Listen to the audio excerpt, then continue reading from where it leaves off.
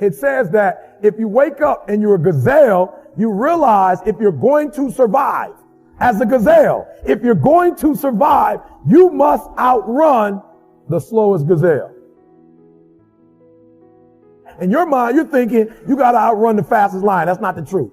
You just got to stay ahead of the slow gazelle. That's it. But every single day when you wake up, whatever it is that you do professionally, you better make sure you're not in the back of the pack. You better be as close to the front, if not up front, as possible, because every single day when the lion wakes up, it's only one thing on that lion's mind, and that is catching the gazelle that couldn't keep up. What the gazelle realizes is that the way it operates, that the way it performs, that the way it goes about its daily business is contingent upon life and death. That if that gazelle does not do what he or she is supposed to do, it will be eaten by a lion.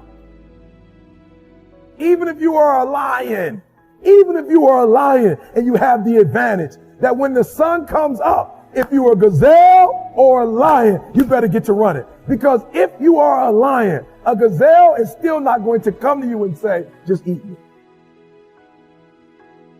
I don't care how deep you are as a lion. When you wake up, nothing is going to come to you. Nobody's going to give you anything. They're still not giving stuff to ET. I still have to work. I still have to fly 20 hours to get to Australia. I still have to go to London. I still have to do free stuff in Detroit. I still have to drive. I'm a lion. And when the sun comes up, I still have to get to running. Here's the challenge though. I asked myself when I read that story, that's what's on the surface.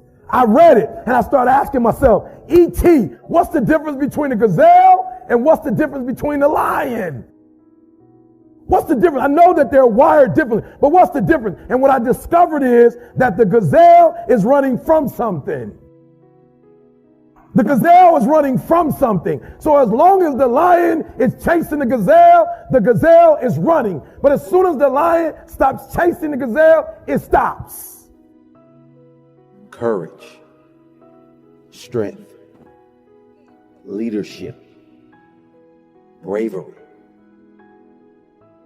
Sheep follow the leader. They follow the herd. They don't know where they are going. Many times they are led to the slaughterhouse, but they keep following. They don't lead. They don't use their mind. A lion leads. It's about having the courage to stand and fight for your life.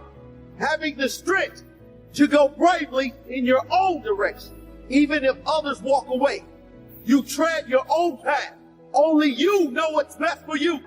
Only you know what path to take. Only you know your courage, your strength, your heart. Everyone has the heart of the lion inside of them. Let it out. Let it scream out of you.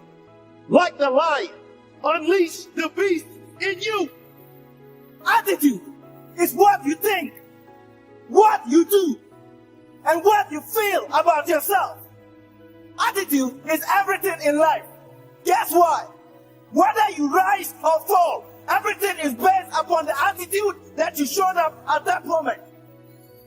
Your attitude determines your altitude. Listen carefully. I've been through tough times. I've experienced it, and I want you to know that it wasn't my money that brought me this far. It was my attitude towards life. It was my attitude to keep going when the going gets tough. That is the lion attitude I'm talking about. The question is, what is your attitude towards life? What do you think of yourself as I'm talking to you now? Do you think of yourself as how God thinks of you? Or you think of yourself as how friends and family members think of you? You need the lion attitude. The attitude to take charge of your destiny. You need the lion attitude that says, I can. You need the lion attitude. The attitude that says, I will. because I'm bold enough to fight. You need the lion attitude if you are standing in for greatness. Real lions, they are hungry when the time comes for their mission. Lions are not followers. They are leaders who lead the rest of the animals. Become a lion. Be fearless. Don't talk. Walk the talk.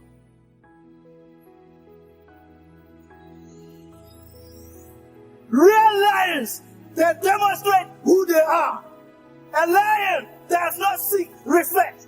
They command respect and authority because they know they should be respected. Only thing wrong with Michael is his gift has not been submitted to the one who gave it. But he's turning it, and it made him rich. He that turneth his gift, it shall prosper him. Going to work don't prosper you. Am I right? By experience? Come on, talk to me. Yeah, all right. Some of y'all can hardly meet your car note. You work 7 days and can't pay your car note. If you expect to get rich of your job, forget it. God never expected for you to prosper on your job. He expected your job to give you money so you could invest in your gift. Your gift makes room for you. I hope that your gift becomes your job. It's my prayer. James says every good and perfect gift comes from above. It's good. Belongs to God. You should give it back to God wholeheartedly. The man with the talents. If you bury that stuff, you'll be cursed and called wicked and evil. If you invest that thing, you'll be called good and faithful. It's as simple as that. Why was Jesus called good master? Oh, I love this thing. Everybody say good master. Everybody say good and master. Say it loud. Good and master. All through the Gospels, they call him good master. Write them two words down quickly. Good master. He wants you to be that too. He wants you to be good at what you're doing and to master it. They call him good master because he was good at being Messiah. He was good at being Redeemer. He was good at being Savior. The guy was good at being healer, and he mastered the trade. When he showed, it says, no man spake like this man. Why? He was the Word. Come on, somebody. No man could heal like this man. Why? He is the healer. The guy was good, and he mastered his gift. His gift was Redeemer.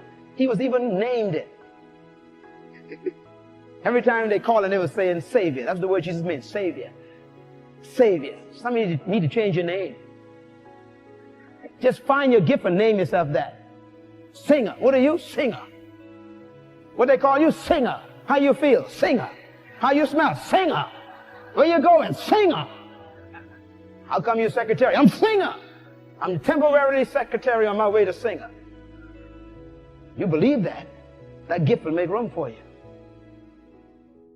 I think that many of us know what I'm saying a long time ago.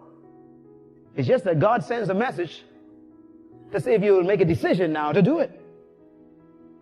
Jesus was called good master because he mastered his gift. He focused on his purpose. He did not heal every sick person, did he?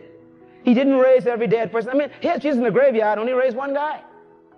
Why? It wasn't resurrection that was his real gift on earth. His gift on earth was to die to redeem man. That was his number one goal. And so anything that distracted him from that, he was protecting himself from.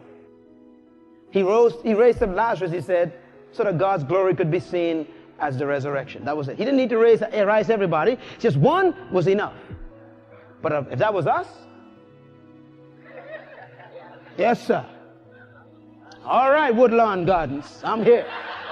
Hey, bless God. The man of God is here. The woman of God has arrived. All you dead people.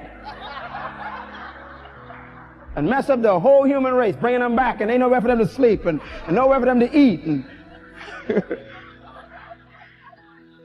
I mean, the hospitals will be jammed, and the social workers will have problems. Do you know what it is to wake up after 50 years in the Bahamas? They don't even know where no place are. They're just walking around. Yeah, that used to be causing problems. Clap your hand, you know it's true. You ain't supposed to do everything. Jesus said, that he came that they might have life, and he came to give his life a ransom for many. He knew what he came to do. Even though he could do everything, he kept focused on what he was coming to do. I hope you hear me. Jesus is going to heal everybody, but he said, that's not what I came to do. I could open every blind eye, but that's not what I came to do. He was focused. One of his favorite statements, John 18, verse 36 says, for this reason was I born, and for this reason I came into the world, that I might be a savior and a king. For he knew what he was born to do. Jesus refused to allow people to distract him from his gift. And he refined his gift so well that God gave him a name. So God helped this black guy, because I was only the 36th African American to make it through in over 70 years. How's this black fat guy going to make it through in my ass? He wouldn't even want to try.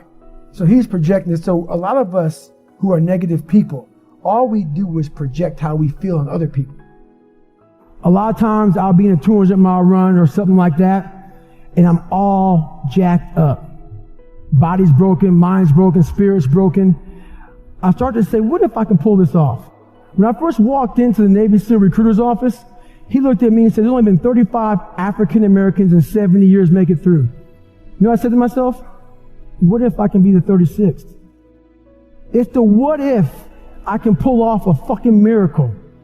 What if I can become someone that no one thinks I can be? And just me talking about that, I have the hair going up on my arms because it makes me just like, what if? So what happens is there's a lot of negative people walking around the planet Earth who are afraid to try. Because a lot of people are very negative in this world. So we are afraid to fail. Why? Told you, man. Shouldn't even try it, dude.